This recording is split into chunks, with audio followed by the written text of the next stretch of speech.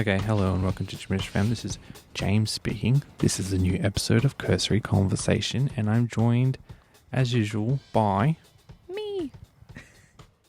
Tanya. Me. How's it going? We are sitting at the top of the hill in Westleydale looking over Lake Munga. In the middle of the McMansions, in front of a Catholic church. Yep. If you've just, if you go onto, we have an Instagram. You can go onto the Instagram At and Gibberish Fam, I put a picture there. yeah, Gibberish FM, so you can kind of visualize where we're at. There's a pretty little sunset behind us with and it's pink and lilac and blue. Mm-hmm. Almost went through the rainbow then, that song. I just said to James I'm in a really weird mood today, so I apologise for any... Why? Is there any particular reason? No, I don't think so. I just feel a bit spaz. So I might break out to song randomly, or... It's not like a specifically good mood, it's a weird mood. I don't know. We'll see how that plays out. What did your day involve? What did I do today? What side of the bed did you get out of?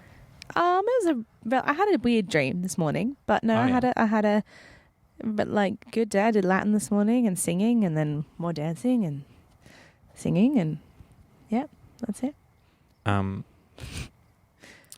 I was wondering, you know what they need to invent? What? Is Shazam for sense.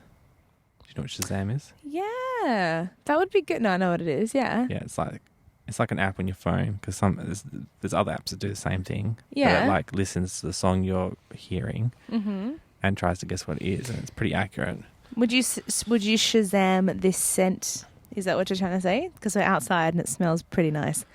I love this weather so much. All right, yes. It's about 7 p.m. and it's still a bit light, so we're definitely moving into that part of the year where it doesn't get dark instantly after work. And that kind of dusk smell on like a spring afternoon, Mm-hmm. and it's not too hot.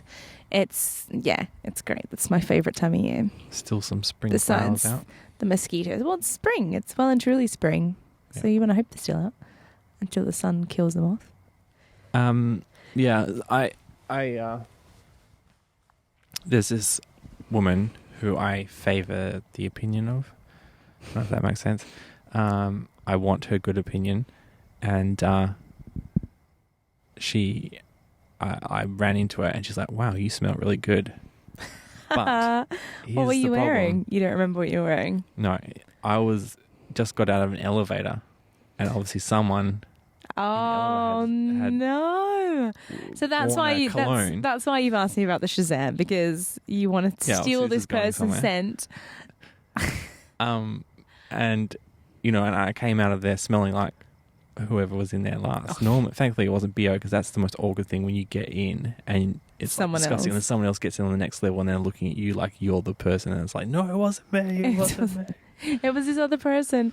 Well, this time was the opposite. This is a good occasion, and then I'm like, oh my god, if I could just find out what that smell was, I could totally impress. And she'd want me. Oh, well, because I am a sucker for like perfume. I love perfumes. I recognise the scent too, but it's just the scent you just can't. Especially just male perfume. Like when a guy smells good.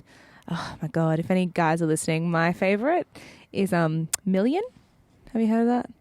It's like a gold Paco Rabanne or something, and it's called Million for men. And it's so recognizable. And whenever a guy's wearing it and they just waft past me, I have to almost chase them down the street. Like my housemate in London used to wear it, and I told him how much it like basically turned me on. Yeah. So he'd purposely walk into my bedroom and spray the perfume on himself whilst I was in my bedroom, and then walk out. And I'm like, that's just cruel. That's so cruel. Yes. Tacky. Well, it's tacky, is it? Now you would have put it on before, and then just come over and just like No, he did waft around you. And he came in and sprayed it to be like, haha, because you can't have this, and then he'd walk out. Oh, okay. I mean, because we're housemates, so like that wasn't happening at all. That's why he was my brother, so he just thought it was funny to come in and annoy me, because that scent solely turned me on. So yeah, Million, Paco Rabanne. If any dudes are listening and want a new scent to try out on the ladies, I highly recommend. Okay. Maybe it was that. And I feel like it is one of those ones that kind of lingers too. So maybe you should go give it a smell. Yeah, that's what I'm worried. If I went into a place and tried all the smells, I don't think I'd be able to remember it. Even though sense has such a sense Yeah. with a T has such a strong connection with memory. Yes. Do you know what I mean? Yes. But as well, perfumes all smell different on different people too. So, that million might smell good on other people and more stronger on other people and not so much on you. I mean, I thought about buying it for myself. Yeah. Like legit, I thought about buying it to spray on myself and walk around with man perfume.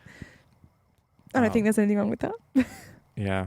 There's a group of us guys and we had adopted this girl and she was very into our group kind of thing. Okay. She was very attractive, but she was kind of... yeah. She was not compatible with any of us, so that's why she could exist in the group without fighting over her. Well, do you know what I mean? Like, but she you was say more... you say that, and then as she stayed in the group longer, I bet you that changed. I bet you. Possibly, but Yeah.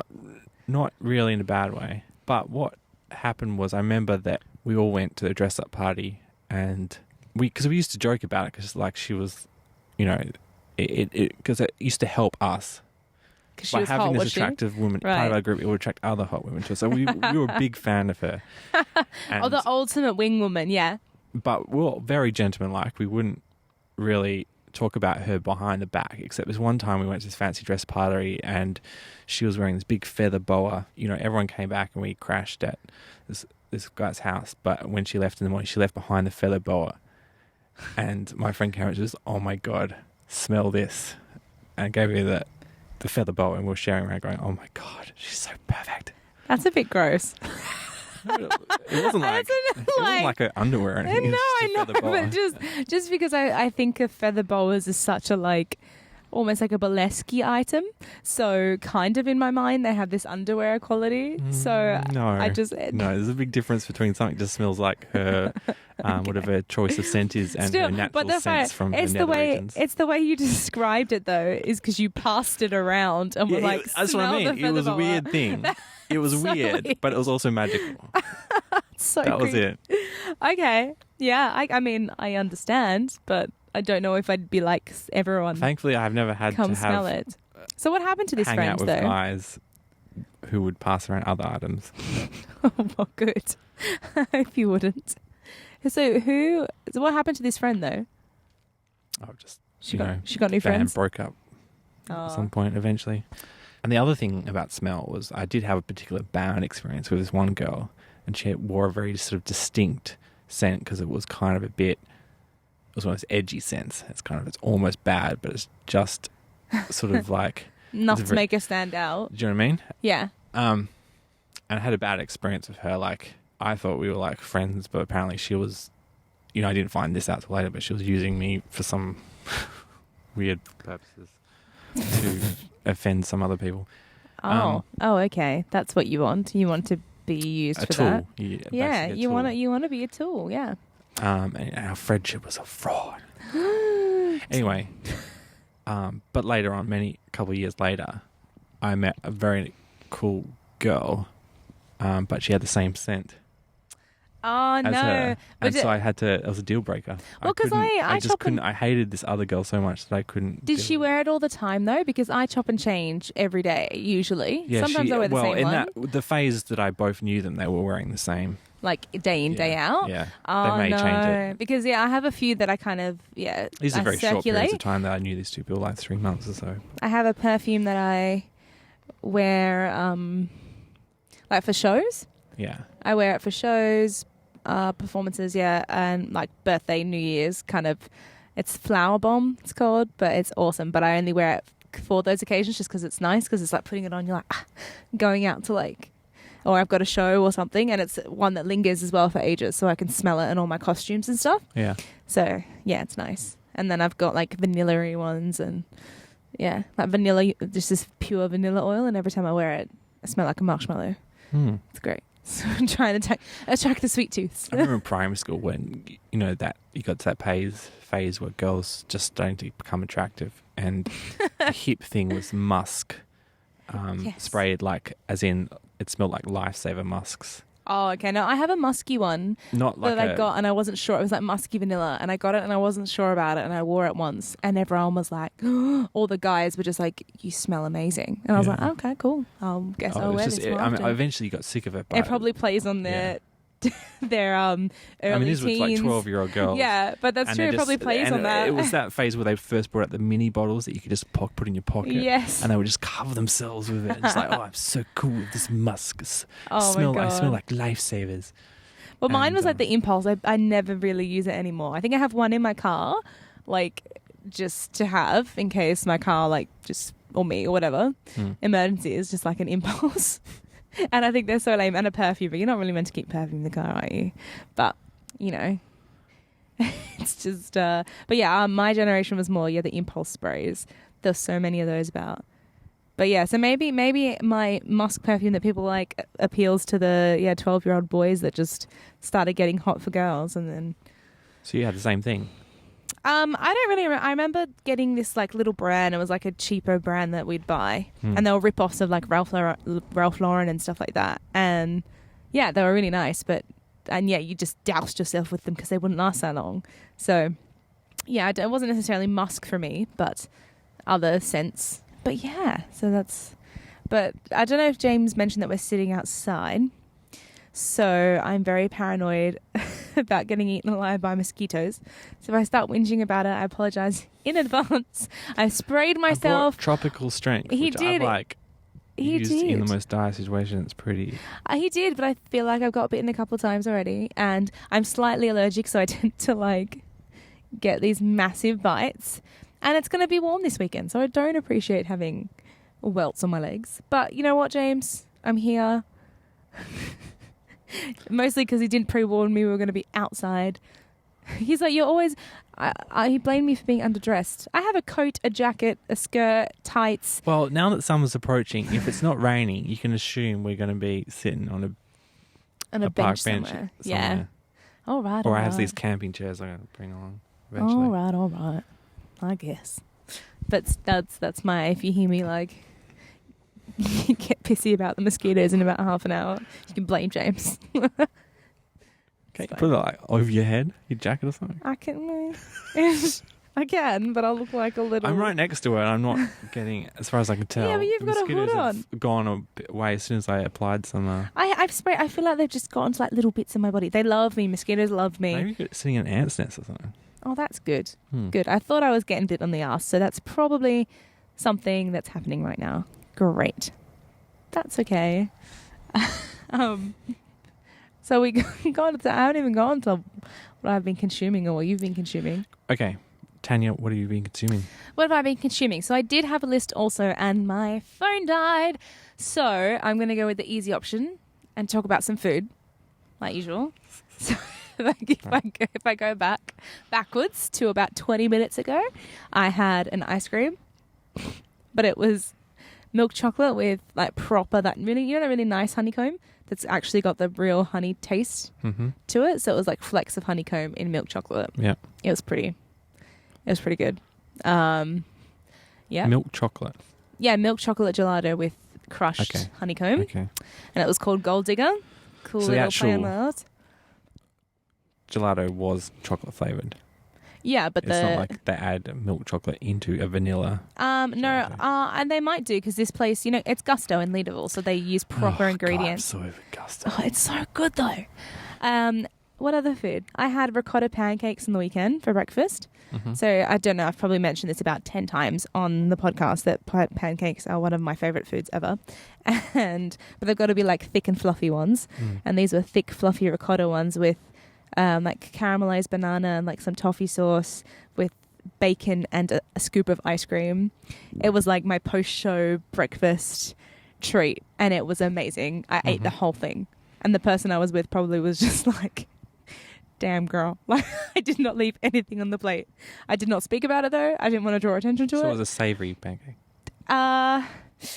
It was still sweet because there were sweet things on it. Yeah, it kind of offset it a little bit. So it was good, but it was so filling. But I was like, I'm going to eat this whole thing and I do not care.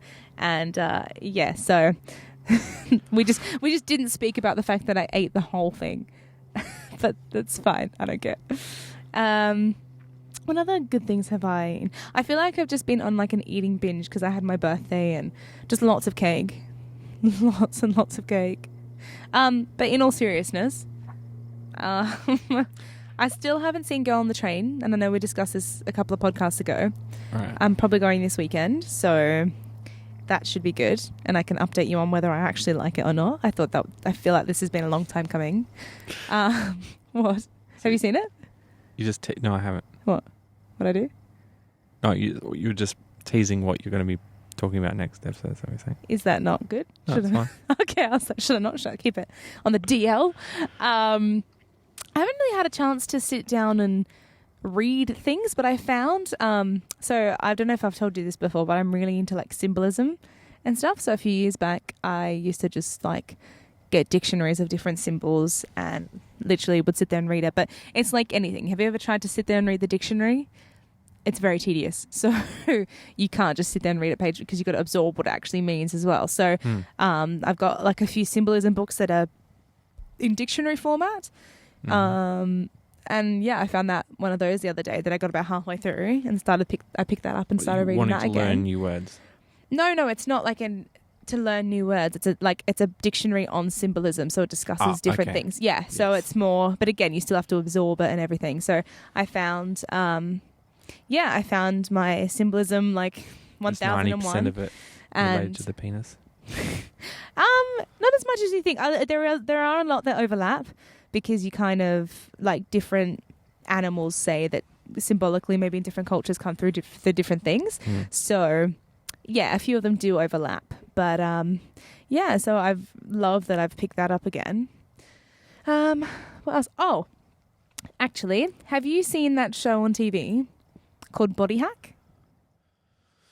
Or have you seen ads for it on TV? I don't know. Is this thing where they put magnets in their fingers? No. So, what? No. It's like a... So I don't really watch that much TV, but I saw this advertised on TV and was like, I'm going to make a point of sitting down to watch it on Channel 10. And it's, I can't remember what he does. Todd Sampson, I think he was a journalist, possibly. Yeah. Anyway, he puts himself, he's got this series. I think he's done like other similar things before. That advertising show, the Gumbubu effect or something. I'm not sure, but I feel like he's done other things, yeah. But so this specific series has him doing different challenges every week, but it's like fully pushing your body kind of challenges. So the first week was him, he had 2 weeks to train like an MMA fighter, and then he went into the ring with a professional MMA fighter and had to complete 2 or 3 rounds or something like that. So he lost 8 kilos over 2 weeks, trained every day with like professional level MMA people, and it was hectic. And like I kind of admire the willpower of those kind of people and the fact that he's doing it to himself in different things. So like the other week, he hunted with a tribe in Africa that have no like laws or anything like that. So they took him in for 8 days and he had to learn how to hunt and live like that. Transfer.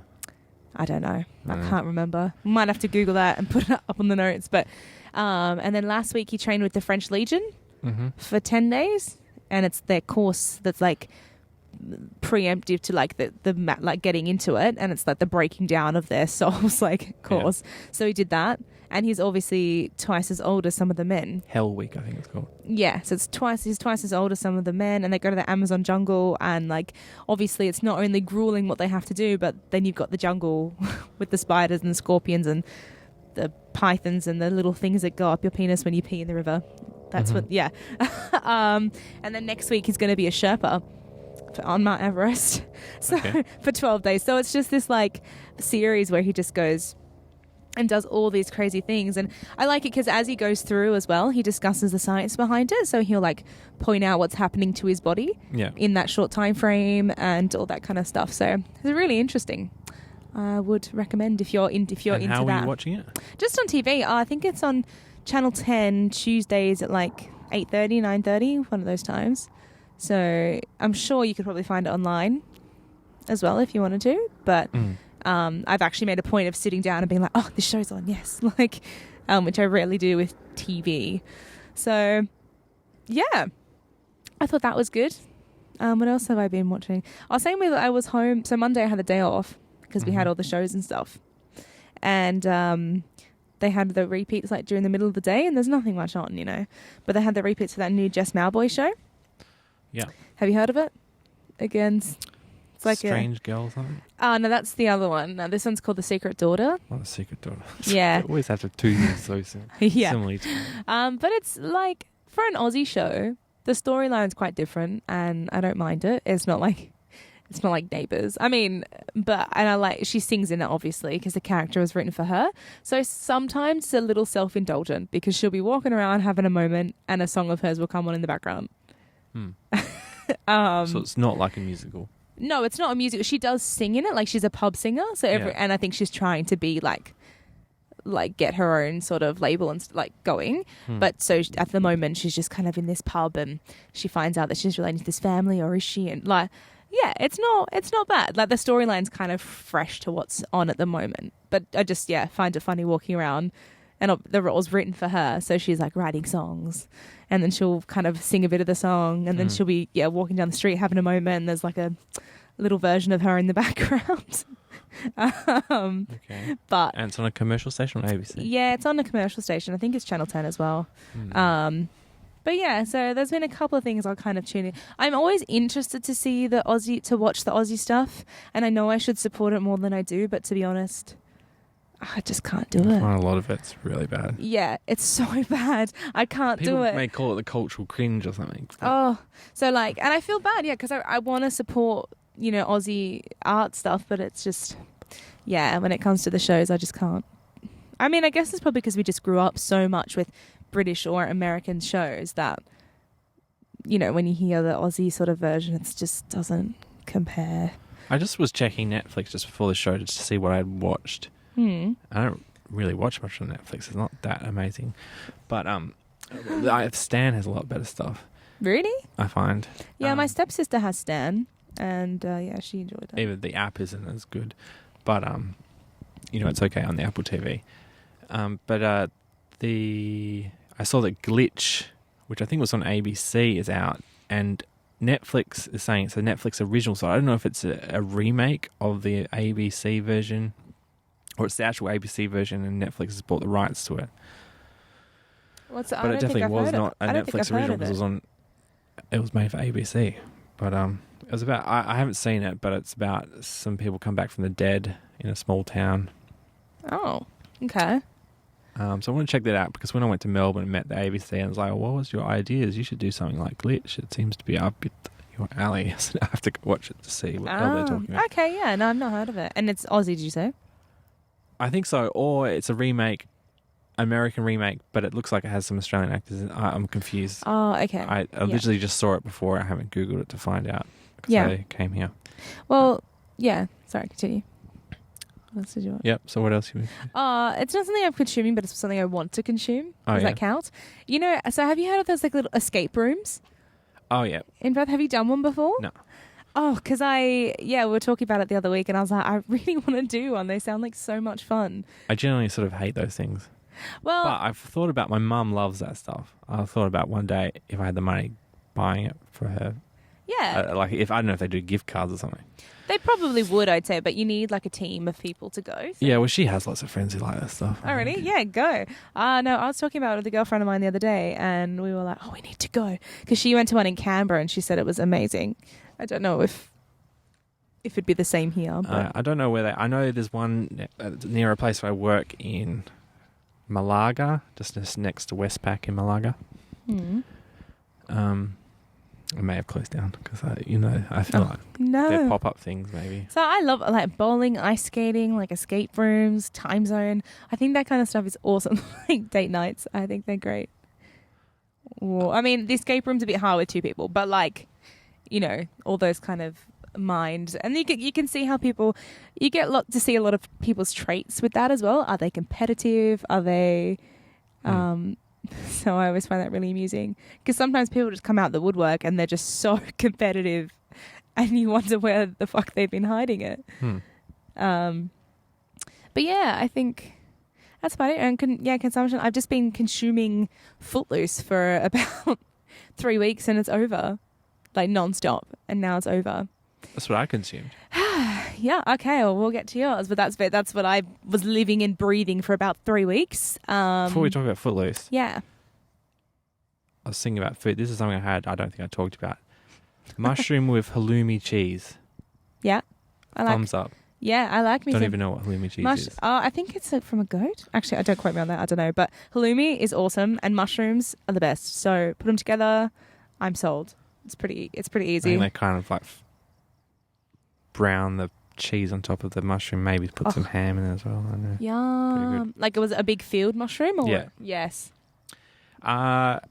What has James been consuming? Yes, James. What have you been consuming? Footloose. I went and saw this random musical called Footloose.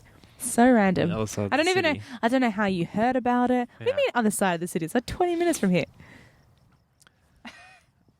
What? Is it? It's probably like 20 kilometers. I guess at night. Down the it's not much down the traffic. freeway, it's easy. Come on now. Yeah, it was alright. No, I actually had it was a fun show. Yeah. I enjoyed it. Yeah, I think It's- that's the... Yeah, it was kind of weird because I don't think I got anything out of it of value, of moral value, or Really? substance, but I really enjoyed it. Oh, okay. Well, I mean, because I think there's a bit of the storyline. It's like, if you hold in your feelings, shit happens. They ban dancing. I mean, that's a bit ridiculous. Yeah, but you it's know, so if you ridiculous that it's like... it is. It's so ridiculous. But then But when even you the think, movie's ridiculous. that's it. You think about the movie itself and the premise of it, and then you think about musicals and their premises. Like, anyway, most of them are that over the top, But yeah, it's a fun show. It's very like energetic, and yeah, I think that's what most Tanya people played one of say. the lead roles. Oh yeah, this is the musical I was in that I've Yeah. been talking about probably all year. Yes, But I I think did. like, I don't know what it's like for you, but it looked like the people who got to play all the bit parts seemed to be having a lot more fun. Well, I was They the got to mum. just do this, be part of the chorus, as it was Yes. referred to in the booklet. Yes, so they were the you mean And they had to do all these quick costume changes, come out, and I'm like, wait, I've seen that character before in this other thing. And yeah. Well, they were the ones that were. You mean like the three best friends? Yeah, probably, yeah. Yes, yeah. So they got to do a lot of harmony stuff and come in and out of the show. Yeah. So they Your they parts had were like really serious, like, oh my God, my daughter is... yeah, and that's leaving the me thing. and So they were have to very sing this solemn sort of solo thing, different. and Yeah. you're battling the other mum with like vocals. Well, it was it's very it was a very different kind of role for me because I also understudied the lead. Yeah. The lead girl Ariel and her best friend Rusty, the one who sung "Let's Hear It for the That Boy." role wasn't much better. I would much rather be one of the chorus people. Oh, really? If I was just maximum value well, of funness. yeah. But I maybe mean, it's stressful because you're out there. yeah, you've got to have more lines and around. more harmonies and all that Yeah. stuff. So yeah, I also understudied their role, so I had to know all of their stuff. All their dance tracks, all their harmonies, all their lines, plus being the mum. So it was a very different world when I had to be Rusty and then had to be the mum because they're Yeah. such different characters. And because obviously me, it was a very different role for me to play. I mean, but she had my character had her little she gets very amused. They had that sense of humor in their relationship kind of thing, but obviously it was stilted. So. But yes, I had to sing a very solemn, ballad Yeah. and a trio. And you're not allowed to dance until the end. Yeah, that's it. And I mean, what's the parents doing dancing anyway? Yeah. So I think that yeah, happens in the movie. we had our little cha-cha moment at the end. Did you like our cha-cha Yeah. moment at the end? And Yeah, I saw you getting maximum lift value. Oh yeah, you can do a lift here with me. yes. Oh, I'm glad you noticed that. Yes, Yeah. thank you. I think so Stephen, who played my husband, he's a dancer. What is his deal? What do you mean? What's his He's deal? just the weirdest. Do you know what I mean? He looks like a cartoon character. Some of the people in your class, Yeah. like the girl who played, is it Ariel, the main lead role? Yes. She literally, if you got a blind person to draw what a musical theatre student would look like, they would probably draw her just by accident. Really? Well, I should probably be pleased to hear that. So. I don't know if that's a compliment. It just, both of kind them of- are both really cartoonish. You kind of make it sound like you actually look like a real sort of actress who's just singing. Oh, good. These guys, just look like... What, larger than life? You make it sound like it's not a compliment, but I feel like they would take it as a compliment. Yeah, it is a compliment, but it's not something. It's not like that's just a statement of just sort of their sort of mixture of appearance and energy that they put into it. Like I had to stop myself from laughing out loud from your husband. Some of the ways because his character is ridiculous in real life. But he's trying to translate it into like a fun musical, and it was just... Yeah, it's hard. He sort of puts his book down. He's always carrying the book. It's a very hard role. Bible. It's a very hard role, though. He's got so much to do. But it's just... So it is a bit... Yeah, and he's the one that's meant to be, overseeing the town and ruling over everyone, and he has the power, so he's got to have this, like... where does it come from? Well, because he's the preacher. And because there is no older men in the cast. Yes. But he is clearly playing an older guy. Yes. It just looks weird. Looks like a little kid playing. Well, of course. I mean, what about me, though? Are you saying I look old? No, but you look like a woman. A woman, not a girl. Great. Well, I mean, I'm hoping that's because of my costumes and not because I'm 25 as opposed to the younger people. You don't like to be a woman? No, I do. But I mean, I was also meant to be like 40. So, Right. But I could easily imagine you as being, those old preachers love the young women in the Bible Belt, don't they? Yeah, I guess so. The Mormons have like 5 wives and one of them's really young. Okay. Well, I mean... Do you watch Big Love? I'll kind of pass that along. No, I don't know what that is. That's like one of my favourite shows of all time. It's about Love? No, it's about a Mormon... It's like HBO, Mormon family, and he's got like 3 wives. No, I've never seen it. It's Bill Paxton is the main guy, and Gian Triplehorn is the main wife. Chloe Sevigny is the second wife, and the third one is a TV the show, girl is it? From what's that Cinderella show, Snow White show on TV? Once Upon a Time? Yeah. I love that show. One of those girls. Yeah. So, but you had a good time. The musical was fun. Yes, I enjoyed it. Yeah, it was a good show. I'm sad that there's not many more shows. So I can't say, go see it. No, it's only the 2. It was that's why it's sad, because it was really well done. I think, like, considering what we had to work. Obviously, we didn't have like massive budget and all that. Did you like my kitchen? Did you like my little do you remember seeing my kitchen? The little drawers, yellow thing. Yeah, with the little pop. I thought that was awesome. Did you make that? Well, remember the play when you came to the play? Yeah. There was like a little red bar on the side. Mm-hmm. That was the back of that, and he's just added the doors and like made it up, and really clever. He I was a bit scared when they're dancing on that thing up on the top, bridge. and I'm like, how well is this constructed? Yeah, no. Well, this would be awkward if they just collapse. Our director is a carpenter by trade, so he made the thing, which is awesome too. He's got some engineering skills. Yes, yeah. So it was actually pretty stable. I mean, when you had a lot of people up there, it was obviously a little bit late, but it wouldn't have. I'm sure it's fine when you're standing, but when they're at the end and they're jumping on it, and I'm like, oh god. Yeah, no, it was fine. For like a YouTube lively. I don't know. Wait, did you come Friday night? First you came the night I cried on stage. Yeah, you cried on stage. Yeah, although the choreographer during my song, because it was so sad. Yeah, like at the end of the song, I cried. Right. No, I wasn't like sobbing. Like I just had like a couple of tears come down my face, but. My choreographer afterwards was like, "You were sweating upstage today," and I was like, "No, I was I was crying." I was like, "That was tears," but no, okay, that's good. So it didn't look like I was sweating profusely either. So that's good. Okay, good to know. Or you can't remember? I don't know. Maybe it was just really good acting. I just didn't distinguish it. Maybe. Oh, thanks. It's theatre. You're a long way back. Where were you sitting back? Probably about 2/3 of the way back. Oh, okay. Yeah, I mean, but the Nexus is small, really. You can see everything from up there.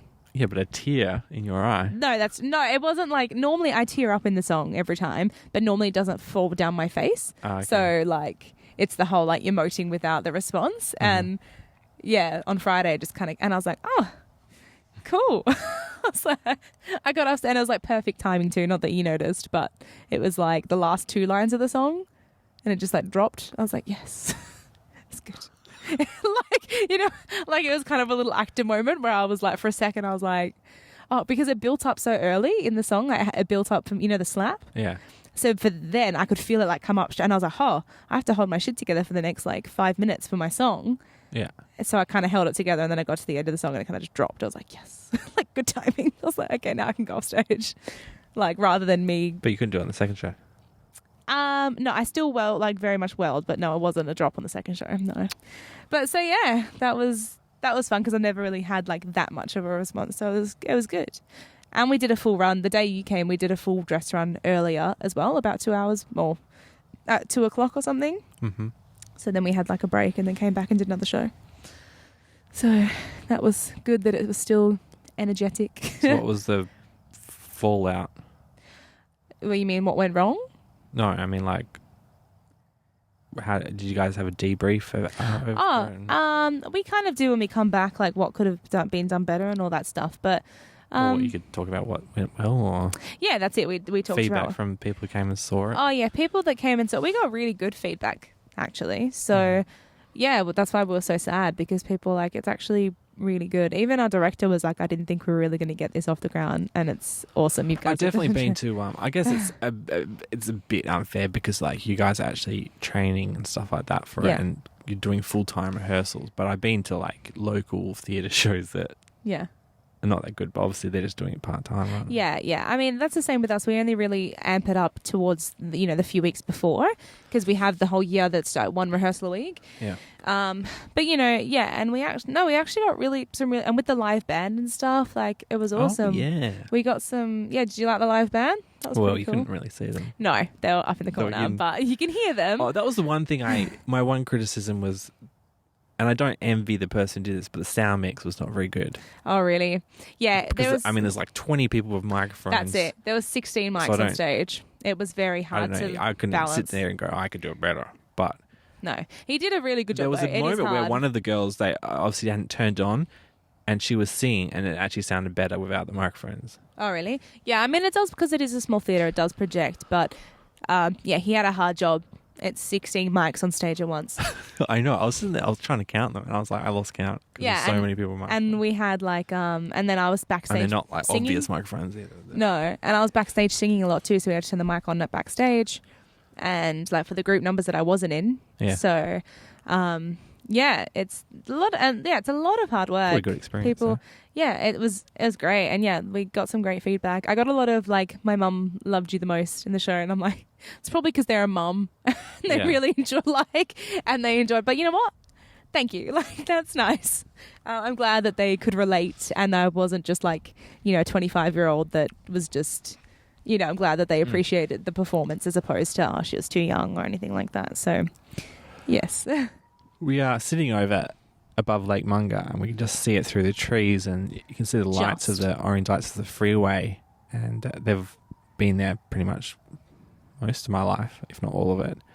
Mm-hmm. And the reflections on the lake as you drive past make these little big like poles in the water, and I always had this fantasy about and I was a big fan of like the Faraway Tree and stuff like that, those books back when I was a kid, those Eden Blind books. Yeah. Oh, I always imagine that's like a fairy sort of wonderland, or like a stuff, and because the water's moving, so it sort of glitters a bit. You think, oh, that's a fairy wonderland. That just got real deep then. That's what Rich Friend is all about. That just got real deep. Yeah. No, that's very pretty. That's a good visualization you've got right there. The little fairies. What's the one that she had with the feather in the hat or something? Do you remember that one? Was that one of the Faraway Tree stories? I think so. And he had like some sort of magical feather. I can't remember. I might have to Google it. I always wanted to go back and read it, but I wonder if it just wouldn't hold up to your imagination. Do you know? Yeah, that's true. I don't know. I still love reading. Like, I bought all these... It's funny, though, because when I was living in London, I used to go on the hunt for these really cheap, like, between £2 and £10 books, like antique sort of things. And I worked near Greenwich Markets, so they'd have all these antique books come through. So I'd often pick up, like, a bargain. And there was a few that were, like, poems for children. Like the national, and they were like, these books were like 100 years old, and the poetry and the illustrations in them, like, yes, they're imaginative and creative and directed at children, but they're so dark, because obviously back then it's so, or like the dark underlining, like, how Ring a Ring a Rosie is from the Black Plague, and all that kind of stuff. And yeah, they had. Oh, my coat just fell off. Yeah, you know how Ring of Roses from the Black Plague. What else did they? Oh, London Bridge is falling down, and all those kind of nursery rhymes. It was kind of the same sort of thing in a lot of these little poetry books that I picked up from 100 years ago. And yeah, so I find that really amusing because it's just so dark, and kids probably read that like, yeah, read that to me in bed. Like, yeah, and I brought those back over because they're so pretty. They've got like this, like the gold on the side of the pages, and yeah, gorgeous. Yeah. And over here, you pay through the nose to get anything like that. Yeah. Whereas over there, I think I picked up this beautiful little leather, like Henry Longfellow book of poetry, and it was like £2. It's great. It's like $4. I have two of my best friends are like probably two of the best illustrators on the planet. Well, that's a big call. I guess maybe I'm biased, but I don't think I am. Like, I think if you actually show people are like, oh yeah, no, you're right. But the thing is, they haven't really. They've had one of my friends, she's also a writer, so she writes and does stuff, and she's had books published, but like the publishers don't take advantage of how good of an illustrator she actually is. And she just had a baby, and so she's been doing a lot. Seems like she's doing a lot more illustration, and she's opened up a dedicated Facebook and Instagram just for illustration. And so I'm hoping she's going to do something badass with it, because like it feels weird to know these people and they're not recognized, and you're going out and seeing all these other illustrations that's actually been published, and it's just like it's just not as good. Yeah. And my other friend, he has a book deal and he's trying to get it out, and I'm just I don't know how it's going to go, but I think it could if it gets it's. I don't know what the story is like, but the illustration is just so insane. Like, you get the feeling that it's going to go, if it gets some recognition, it's going to go down in history as one of the greatest illustrated books of all time. Because he's just, he's been working on it for like 10 years. Wow. And it's like, it's not just 10 years doing each again. 10 years he's almost written this book, like drawn this book 3 times, but he like throws it out and then starts again, and every time his style is getting more and more mature, and I'm just like... But you don't know what the book's about? Well, I've read the first 2 chapters, so I don't know where it goes. So oh, okay, right. I don't want to I want to be like, I worry, What genre I don't know how it ends. What if it doesn't have an ending? And already, because he's taken so long, the publisher said you've got to now release it in 2 volumes. Oh, wow. So but he's got the book deals ready to go, so that's great. Yeah, hopefully it works out. So, what genre is it though? My friend Bryony, she's more into children's books, and she's sort of up to like 10 years old kind of books. Now she has a kid of her own. She's doing really sort of younger. She seems to be working on stuff that's focused for younger kids. Yeah.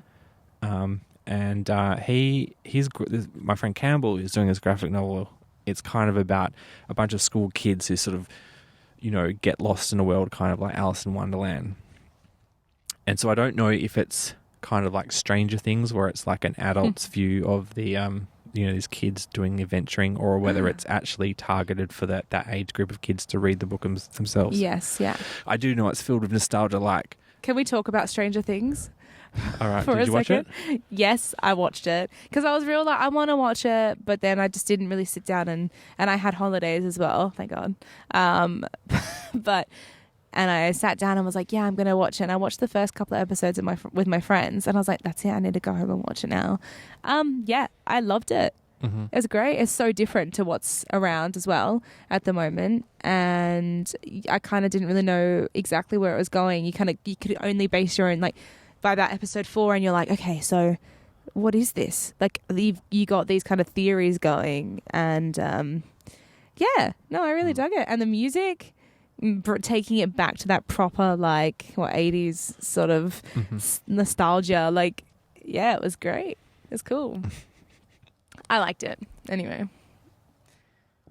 I really enjoyed it. I remember I watched it. It came out on like a really rainy day in Perth, and I just sat down and watched it, binged it in like one day. Oh, really? And yeah, it felt like I wrote on Twitter that it felt like the good old days we used to go, and the winter school holidays you go on the first day of the winter school holidays, you would go to the video store and get 7 videos for Yes. $7. Yes. And because it was too wet outside, you would just sit and watch movies all day. That was my first job, you know, at a video store All right. when I was 14 or Yeah. 14 and 9 months or whatever it was. My first proper job in a video store. It was cool. Putting all the VHSs and DVDs and Yeah. renting stuff out for free. I think I got for free, except for the new releases. All Everything. right. You didn't get the new releases for free. No. 'Cause they're too valuable because they wouldn't I be had able to to, sell them. yeah, I had to wait till went down to the 3 days or something, 3-day releases before I got it for free. If I did, I think I could get discount. But Did yeah, you get laid it was, out of it? what? Did you get laid out of it? Get laid Yeah. out of working at the video store. Yeah, well, like When I was Kevin Smith's 14. Clerks movie, it's like all about working in a video store and getting laid. Not when I was 15 years old. All right. No. I mean, I had a boyfriend actually, but no. You didn't go out the back No, when it's quiet did not. into the R-rated section and Did have not. a gay. Actually, our R-rated section wasn't even that hidden. So, Alright. yeah, there was a few dodgy folk that would come in and try and... And buy them, rent them from a 15-year-old girl. Yeah, Sounds great. yeah, it was great. And I had to be, you know, utmost professional and, you know, what's your number? Okay, you've got $15 overdue on the account. Did you want to pay that today? Like all that kind of stuff. But yeah, just the local video easy. Yeah. Yeah, it was cool. Another thing I consumed of Tanya's, I went to your birthday party. This is coming up in your consumption Well, list. it relates to the Footloose thing and your group of friends that seem to be from your dance musical academy thing, performance Yes. academy. I get the feeling there's a lot of interwoven relationships between that. Oh, there's group. a couple of couples, yeah. Yeah. Yeah. That met through. Yes. Yes. There's So it's two, basically big old orgies that we're saying that. basically. No. No, there's two couples, three couples. But there's some couples that have Three couples. attempted couples. I guess a few people kind of did hook up, but not like that incestuously, like between the group. It was like a couple, and then they kind of settled into their partners. Okay. Yeah, and you met Mark and Kia. Hi, Mark and Kia, when you listen to this later. And they were like, we're your biggest podcast fans. All right. Those two. Lovely. So they're the two. They're the two. They were the best. They're the two that listen. They were the friend and Willard and Ren, the lead male Ren and Willard in Footloose. Those two. Okay, yeah. Yeah. All right. So they listened to us. So I thought Willard the cowboy. Willard He was a cowboy in Footloose. He was really good. He stole the show a bit. you mean the one that was The kind real of sort of country hick, and he wore a cowboy hat most of the time. Oh yeah the one that sung Mama Says. Yeah. Mama Says, yeah, that's Willard. Okay. Yeah, he was. The Yeah, audience he was loved him. great. Yeah, he was great. He had some good little, like with his accent, and yeah, Mark did a great job being little character. And Mama Says is so cute. Like when I first saw them, like they worked on the choreography for that, and they came in and showed us, and I was like, "This is awesome! It's so cute." They all kind of worked on it to like make it like choreography, but not. And then with the mop on the head for the mum and all that kind of stuff. Just really clever. It was cute. The other weird thing about your party was that I'm going to a 25th birthday party, so I'm like, this seems okay. But then I seem to be finding like every time someone would start talk to me and they're like, I'll be, oh yeah, so what are you studying or working? And they're like, oh yeah, I'm studying. And eventually comes out they're like in high school or literally they've just graduated high school. Oh, that was one friend. That was there. No, I have a lot of friend. I have a lot of friends. Said, people were talking about. I started this topic because one of them was doing psychology at uni. One of my friends who's young wants to get into psychology at uni, but she doesn't have the right whatever the score you need to have now, which is I'm so out of date. I don't even know what it is. And she's like, one of your friends starts explaining it to me. I'm like, well, how do you know so much? I was like, well, I just graduated last year. I don't know. I feel like last year, maybe that was another one. I do have a lot of younger friends. Being a place where I study, they are younger, a lot of them. But it is I didn't think that young though.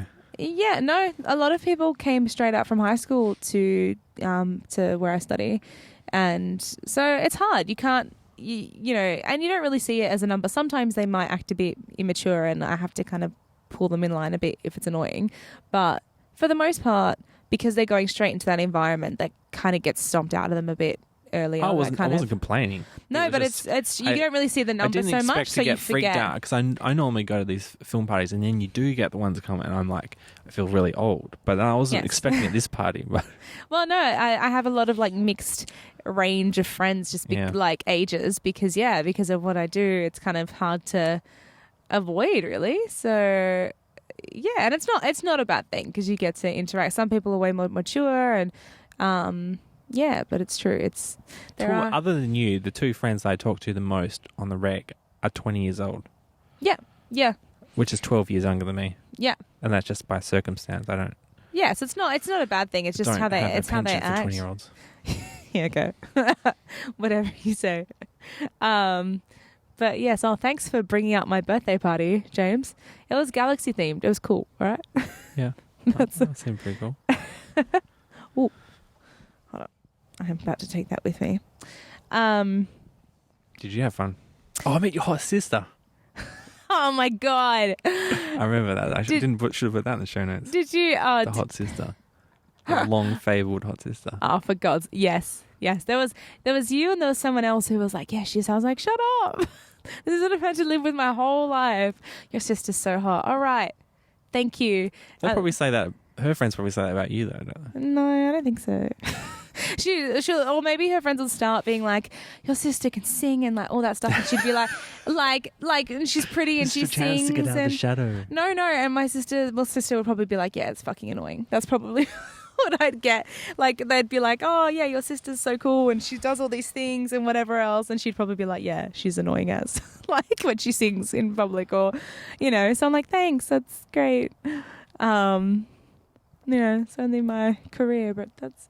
Well, no, it was annoying because I was at my friend's house the other night and we came home, like we went out and we came home and just Australia's Next Top Model was on or something. So we started watching just like the end of the episode and Jen Hawkins is on it. And I was like, I turned to my friend, and this is my friend, we've been friends since we were like 13, 14. It's a long time. And I said, oh, doesn't she just remind you of my sister? And she's like, yeah, she really does. I'm like, fuck's sake. I'm like trying to... Like Jen Hawkins reminds you of my sister. Great, like my sister's like a woggy version of Jen Hawkins. A woggy version. A woggy version of Jen Hawkins. Yeah. So that's not that that's a bad thing, obviously, but she doesn't have blue eyes. Like, but even the way, I think it's more the way. It's not even exactly how she looks. It's kind of how Jen Hawkins speaks a little bit, like as well. They kind of have that similar sort of... I don't think I've ever heard Jen Hawkins speak. Well, if you watch Australia's Next Top Model, you'll find out. All right. So, although I said, Netflix, I haven't been that into Netflix. There's a new show out that I did really like called Haters Back Off. Oh my God. I saw a trailer for that and I'm like... Obviously, because it pertains to her wanting to be famous, right? Yeah. So I was just like, I'm not watching that because it's probably just going to annoy the shit out of me. Is it actually good? I did send it to some other friends. I should have sent it to you to say some other friends who are in similar situations where they're trying to get some traction in their career and they're singers. Yeah. Would I just? But it's basically a girl who's been homeschooled and she's sort of clueless in the world and she wants to be famous and she's not that good, but she has this Uncle Jim who's like, yeah, you're so talented, and he's trying to help her make her famous. No. Yeah, and I have a friend who I have a similar thing. Like she's really talented, but she doesn't like. I'm just like I literally like just like Uncle Jim does says like I have a scheme to make her famous. I don't get anything out of it really. But I feel like she's unrecognized. Yeah. And so I'm like, oh, we got to do this. I'm always trying to push her to do things. No, I don't think I could watch it. Have you seen all of it? I don't think I could watch the show. Yeah, I watched the whole thing pretty much over 2 nights. God, yeah. I don't. Well, Crazy Ex-Girlfriend comes back soon. Yeah. That's not next week's show, but I'm excited for that. I'm It's excited for got a breakdown very music familiar formula. I can't quite think of it, but the younger sister is kind of the straight character and everyone else is crazy. Yes. And it's kind of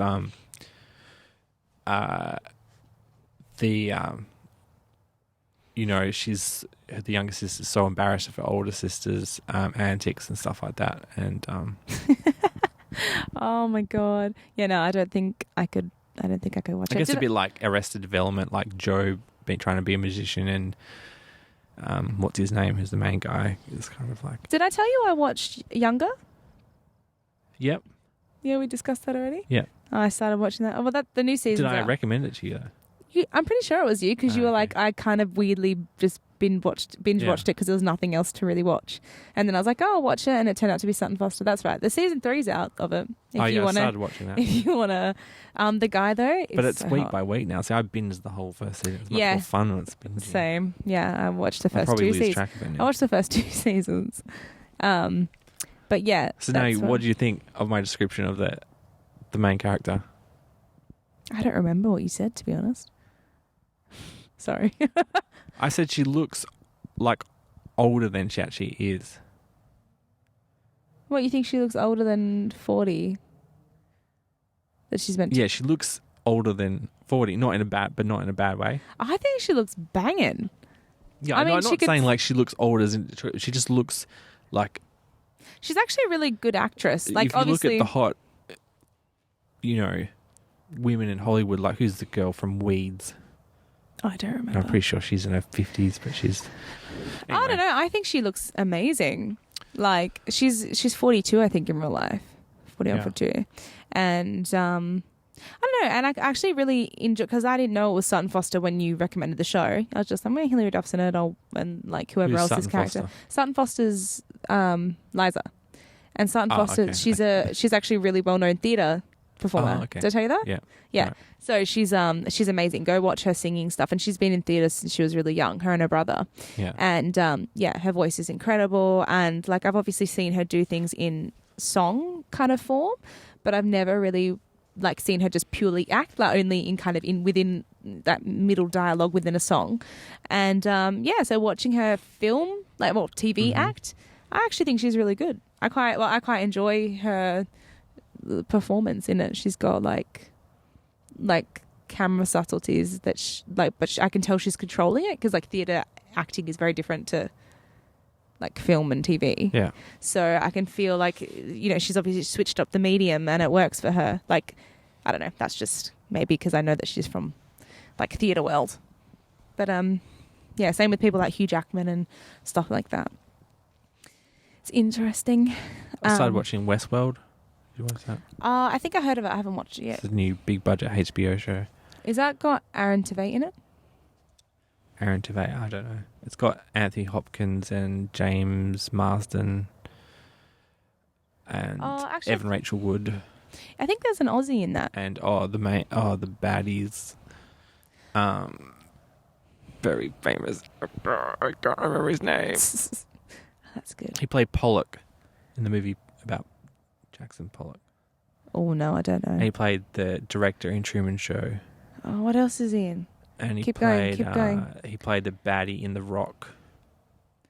With Nicolas Cage. Oh no, I don't know. Yeah. Moving along. Do you have a hot topic this week? Maybe short. Oh, okay. If it's going to be short, can I go on a rant first? Yeah. The vet fee help cuts. Have you heard of that? The Liberals are doing. What's that? So you know what vet fee help is? No. Okay, so where I study, yeah. Principal Academy, and a lot of like TAFEs and all those kind of private sort of institutions that have vet fee helps. It's kind of HECSTET, but for those TAFEs. Yep. Right? Okay, get it. So yeah, all the vet fee help. The Liberals are basically cutting any vet fee helps to do with the arts. Because they don't think it's helping with the economy, and we should be at university, essentially. And I actually can't believe it's really happening because it's so fucking sad. So what? Okay, so now it's only rich kids that can do this also because they believe it's a lifestyle choice. It's not a career choice to do what we do. Anything's like jewelry class or whatever else. It's a lifestyle choice. It shouldn't be a career option. And I just think it's ridiculous. You think about a world without any art. Well, just don't even think about that, like this altruistic thing. Think about the actual economy, okay? Tesla just showed off their first version of their completely self-driving car. Yeah. Right? Which is going to put every person who drives for a living out of business, out of work. Yeah. Right? Yeah. And the robots that are going to build that car is going to put every person who works in a factory out of business. Yeah. Right? What jobs are actually going to be left? Entertainers. Yeah. Entertainers is going to be the biggest industry in the world when robots can do everything else. Exactly. And, that experience, that human emotion, it doesn't come from, you can't get that from a robot. And it's, and in times of entertainment becomes more popular in a time of need within society, right? So historically, when in times of war and all that kind of stuff and all the little vaudeville acts all came to fruition and became more popular was because they were going through hardship in their life and it was escapism, and we're not part of that. We're not away from that enough in our history to not have that as an outlet as well. And and sorry that we want to go to study, to go and do what we love every day. How many people could say they go into their jobs and love what they do? More and more so with our generation. But how many people actually do that? And that's what we want to do. And I think that would boost your economy in the first place. It makes me so angry. And we're all writing letters to the government because basically we're not worthy of having any sort of education for something that we love because it doesn't help with the economy. And they're changing all the HEC stats anyway for university. Everyone learns differently. Not everybody's built for university. As much as I would love to go as well, the HEC stats are so fucked as well. They're barely going to get any help. So it's going to start this whole thing where it's only for rich people that can afford to go again. Yeah. And, how is that helping society? And then I know people that have gone to university and haven't been able to secure a job in their field of choice for a year. And we might, as a lifestyle choice, we might not land a job from an audition for maybe a year once we finish studying in an institution. It could be straight away. It could be a year. But I think you can get lots of other jobs. Well, as an artist, you can create your own work. Yeah. And it's ridiculous. It's so ridiculous that we should be. So basically my lifestyle choice isn't worthy of anything to the government. And that's what the Liberals do. I can't believe it's actually a thing that's happening. And places like my institution where it's not overly big, basically at the end of Footloose, for example, that was our whole class, minus 2 people. Yeah. And that's our whole school. Yeah. And, it's small, but it's stylized and it works because of the size. And places like that, I had a chat to some of the people there and they can't afford to come back next year without vet fee help. They really can't. And it's so sad and I feel bad for, the academy as an institution because who knows what's going to happen to them now. Yeah. And he's been, it's been going for, 7-8 years, maybe longer.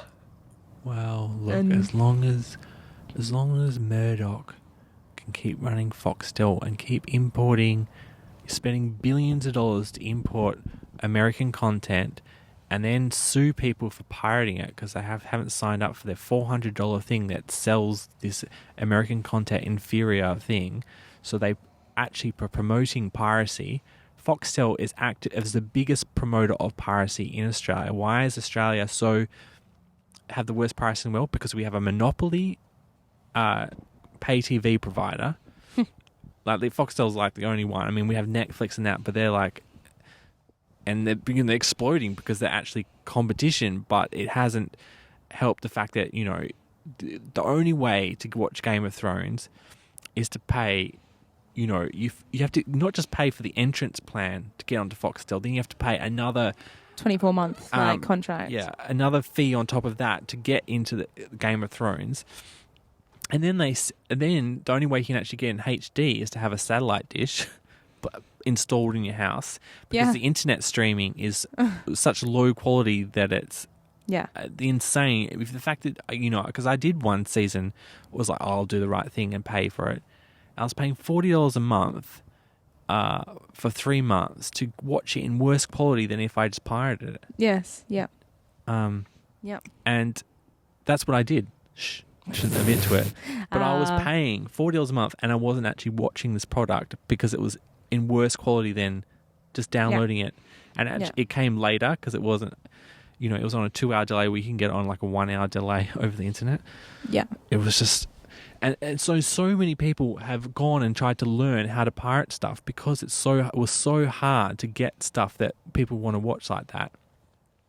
And Foxtel, to get the monopoly, because before, in one season of Game of Thrones, it would go up on iTunes like straight after it aired in America, and you can just buy it and watch it in HD on iTunes on any computer that has iTunes. Doesn't Hulu do that as well? There's a couple of others that do that, I think, too. Yeah. But then Foxtel literally paid more money so that to get exclusive rights to stop HBO selling it to iTunes, right? Yeah. So that promotes piracy because people who are buying on iTunes are having a great experience, or like, well, F you, I'm not going to pay more money to get it in a worse quality. Yeah. But the thing is, that extra money that Foxtel spent to get the exclusive rights to buy the monopoly on that product, which is a monopoly, which is bad for industry, that could have been spent producing an Australian TV show, and making their own content. If you're making, I think exclusives are great if you are the person making it. But the idea that they can buy overseas content that puts spending money that could be going to Australian jobs, which are creative jobs, and promote piracy and destroy the industry at the same time, it's just insane. And they're literally... The Liberals might as well just rename themselves the Foxtel Monopoly Company. Well, they might as well, dream killer. Thanks for killing, thousands of people's dreams.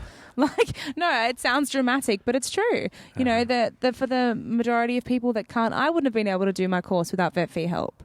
Same with most people that go to university. They're not going to be able to do their course without, the proper HECS fee. And as, private institution as well, we don't get certain benefits that students do from Centrelink and stuff. Yeah. We still get a bit of help, but, so there's so many things that we try.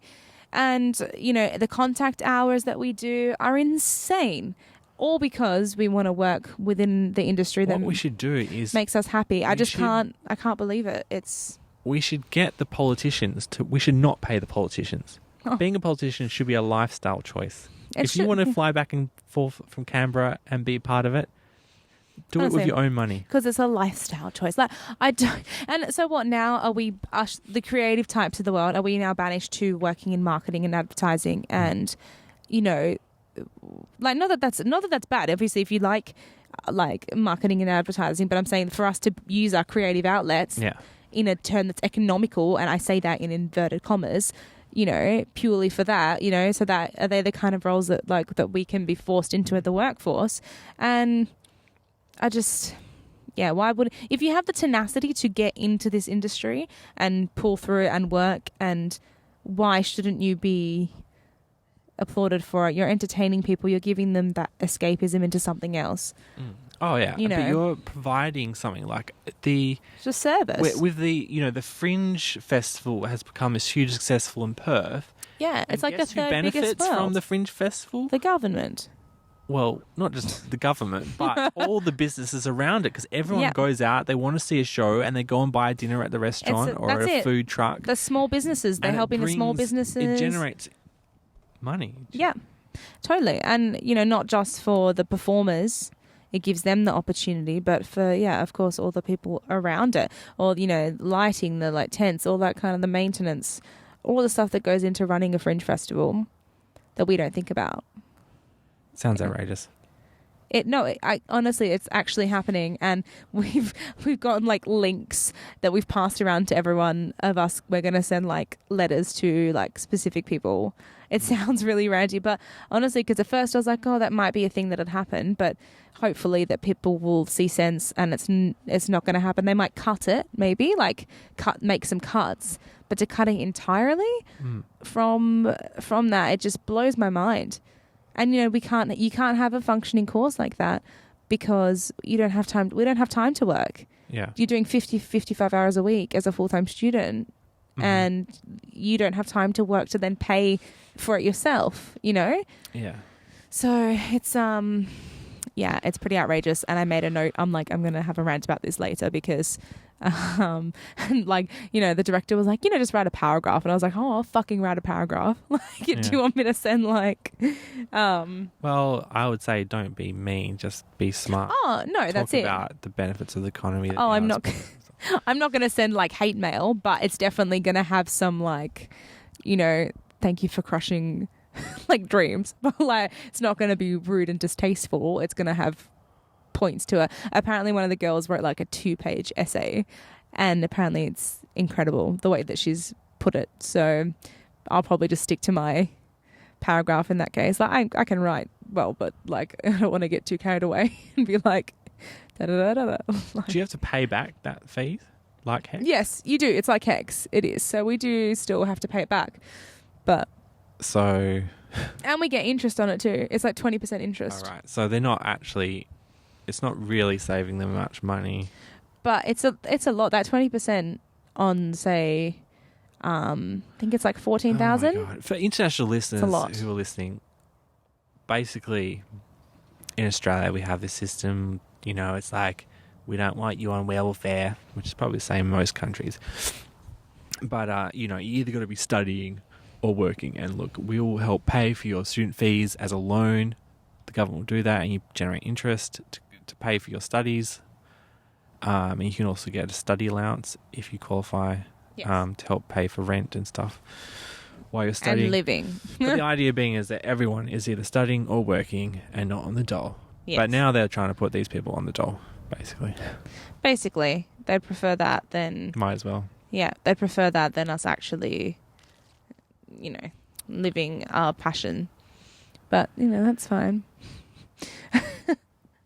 I'm a very, like, passionate person and there's nothing more sad than someone trying to dull that spark in someone else. And yeah, they, you know, the government trying to suppress, you know, certain things. I know this sounds totally dramatic, but if you come from my kind of background and, you know, seeing that coming to fruition, it's really scary. I can't believe that they could just throw that kind of thing away. They've always had it pinned against the art. The Liberals have always been like, man, don't the have arts. It against arts. They do. They have it pro whoever donates to their company. They're literally just, their only moral values are who is going to donate the most. They have zero moral values. They're not a conservative party. They're not economically conservative at all. They're blowing $40 billion on obsolete NBN. You know, they're putting massive subsidies into coal. That's not going to be a part of our future of our economy. They're the opposite of economic conservatives. They're just whoever donates the most money and gives them cushy jobs after they get out of the politics. You know, they're open door for, you know, at least when someone in like the Labour, who is our left-sided opposition party, when someone comes out around that, it's like, oh, shocking, they're corrupt, you know, bad boy, they're in with the unions. But it's like, when that happens on the other side, it's just like, oh, well, but you are the corrupt party, so that's your definition. There's nothing wrong with being corrupt if you're in the Liberals. That's just what you are. Yeah. But it's like, oh, but when, you know, someone in the Labour Party turns out you've done some dodgy work, got some mates rates for salmon, it's like a big scandal because they're meant to be the good party. Yeah, exactly. That's why evil wins, is because it's just like, oh, well, we'll just be evil. You know, there's no drama about evil people being evil. Because they're already... You just accept it. Yeah. You shouldn't have to accept it.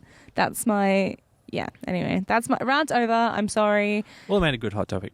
All right. Well, yeah, rant over. That's Okay, thanks, Dan. Where can we find you on the internet? You can find me on Instagram at Tanche, TANCHE _XI, or on the Twitter, TANIAALALIS _. Under Tanya Alice, that's AALIS. Alice, it's a French spelling, in case you're wondering. Is that any part of your real name? My middle name. It's your middle name? Yeah. Okay. All right.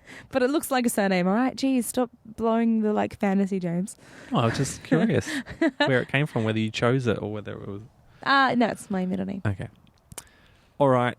You find me at The Guide Good Time. You find Jimmy's Fam at www.jimmy'sfam.com.